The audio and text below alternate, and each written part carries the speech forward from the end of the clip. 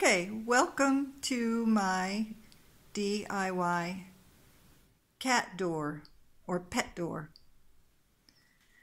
I couldn't use the traditional one that was sold because I have these security doors, and if you notice, the lock is right up next to the door here.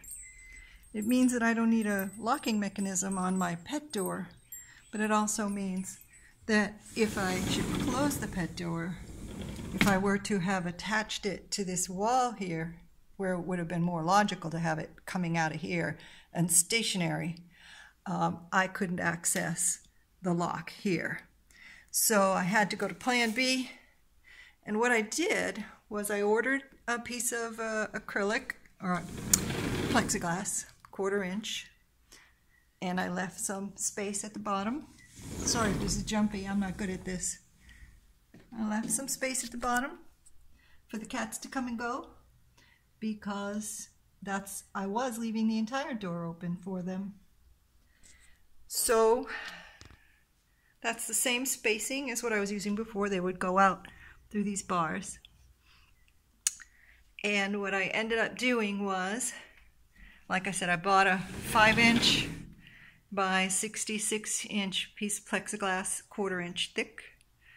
I then drilled about 2 pieces of the square molding here, and this is that 1/2 inch by 3/4 inch, and I got some screws and bolts, and I had to, of course, cut it because I could only get a 10-foot length, so I had to cut it so I have 2 close to each other. Now I'm probably going to flip this so that these are on the outside and the pretty part of the screws is on the inside.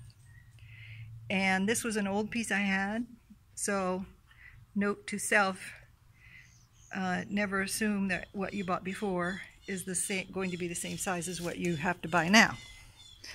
So now I can put a door handle in here and the door handle on that side, and just open it and close it as normal.